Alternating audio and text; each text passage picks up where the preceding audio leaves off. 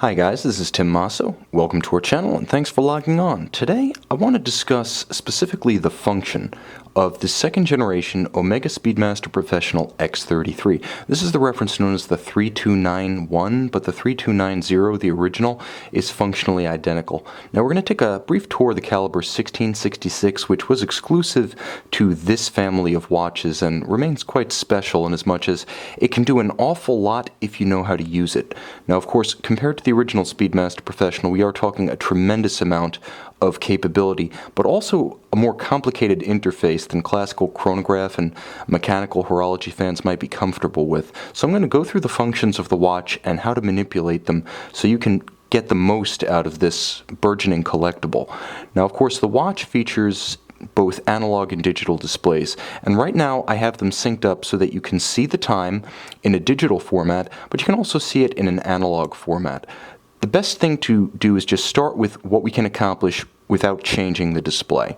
You can go to the backlight function, which I'm going to show you right now. And I'm not going to go to full dark because I want you to be able to see what I'm doing here. But in any of the display modes, as long as you're not in a setting mode, you can hold the pusher down at 8 o'clock. And you can see the duration of the backlight.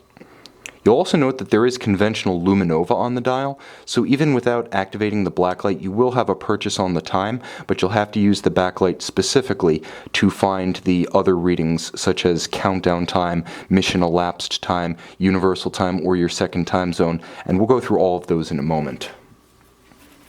Let me bring back my bounty of light. Okay, the other function that you can access without actually going into the other crown actuated cyclic functions is to go straight to your mission elapsed time. Now mission elapsed time is something that you can actually set and then start, so it can be used as a sort of count up timer, but at the same time you can also specify how many hours, minutes, and seconds are on the clock when mission elapsed time starts. And again, that's the pusher up at 10 o'clock. Now, with the crown itself, and you'll note this is the second generation X-33, the crown, originally a conventional horizontally knurled crown, for the second generation watch, which came out in 2001, the first generation came out in 98, but you have this honeycomb baster-shaped device that emphasizes the fact that it's not really designed to be turned, it's designed to be pushed in or pulled out. So let's see what happens when I pull it out. Again, we're on the time screen. Okay, now it asks me, do I want to go on? We're in a setting mode. I press the pusher at 2, yes I do, and now using that pusher, I can cycle through the different facets of the display, hours, seconds, minutes. You can set this very precisely, and you'll note that the pusher at 10 o'clock merely backs up the selection. So if I jump all the way forward to hours, I can jump back to seconds using the pusher at 10 o'clock. Now, here's the other thing. Let's go up to hours. The setting functions are actuated through the pushers at 8 o'clock and 4 o'clock. So let's add some time. You can see how the analog display reacts immediately. Let's jump back. Okay, the analog display jumps back just like that. It's very simple, they're always coordinated, and all you have to do is pull the crown out to the setting position, and then you can start manipulating the time as displayed. Let's push the crown back in. Now every time I push the crown, I cycle to a different function of the watch. Here you can see the complete calendar. You have the day, the date, the month, and the year, and of course if I pull the crown out, I enter the setting function, then I can use these two toggles to select which of the displays I want to change, and these two toggles to actually manipulate them up or down. Let's continue on our tour. Okay, you see there is an alarm, and this is the first of several. The alarm on this watch is piercingly loud. It's designed for actual aviation use. Now you can see the time of day as set.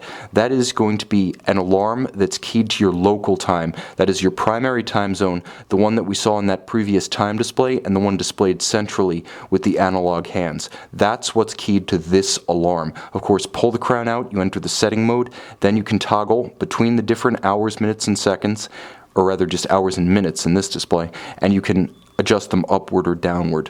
Moving on, You can see there is the mission elapsed time display. This is another way to reach it. You don't just have to use the toggle at 10 o'clock when you're in the time display. Now, again, pull out the crown. I can manipulate and change that display. Okay, this is the mission elapsed time alarm. So if you have a specific time elapsed within that mission, and it can be set to hours, minutes, seconds, even days out, it will sound the alarm, and it will be a series of alarms to make sure you don't miss that particular milestone. So mission elapsed time sets the alarm with respect to a specific point in your mission elapsed time cycle. Continuing on, you can see universal time. This is our second time zone. This can be used one of two ways. It can be used as a AM/PM indicator for the time at center. If you prefer to just look at analog time hands alone, it can be used to set to universal time proper, which again is either going to be universal time or GMT, or it can be used as a second time zone distinct from universal time or GMT if you simply want to have two time displays to reference far-flung business associates, family, traveling friends. This second time zone is useful for that. Again, pull the crown out and you move into a setting mode where you can reset this. Press again, continue our cycle. Now what you're looking at is a universal time alarm. So this sets the alarm with respect to universal time. So again, if a certain point in universal time, whether it's 1600, 1300, 1551 is reached, at that point the universal time alarm, again, pull the crown out in this particular screen and you'll set that universal time alarm. The universal time alarm sounds with respect to that previous screen we saw, your second time zone. Pressing the crown again. Now you see this is countdown time. You can set it the same way you set the others by pulling the crown out and then using the toggles to select the display and select hours, minutes, and seconds. What this does is it activates an alarm once your countdown time is reached. So let's say you need to cook something for 22 minutes and 30 seconds. You can set the countdown timer to 22 minutes and 30 seconds and then you start it. So again, pull the crown out to set it, and then you just sort of operate it like a conventional chronograph. The pusher at 2 o'clock starts the countdown. You see, it is very loud and repetitive. Now I can push that crown to stop it, and I may have to stop it again.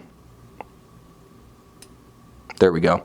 So I push that crown to stop the alarm, I push that crown to stop the counter because it continues into negative territory, and then I push the crown at 4 o'clock like a conventional chronograph to reset it. Continuing through, you see that there is a chronograph, and this one truly does work like a conventional chronograph. You press the plunger at 2 o'clock, you're starting the count now, press it to stop, hold at 4 o'clock to reset. Very simple. This is possibly the most intuitive and conventional operation that you will perform on any of the sub-functions or subroutines of this watch. Now continuing through, we find our way back at the beginning of the tutorial.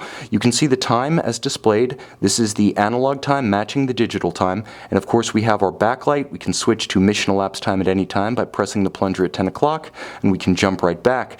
There is a bidirectional rotating bezel. Again, there is conventional luminova lume. There is an end-of-life indicator that will let you know when the watch is running low on battery power.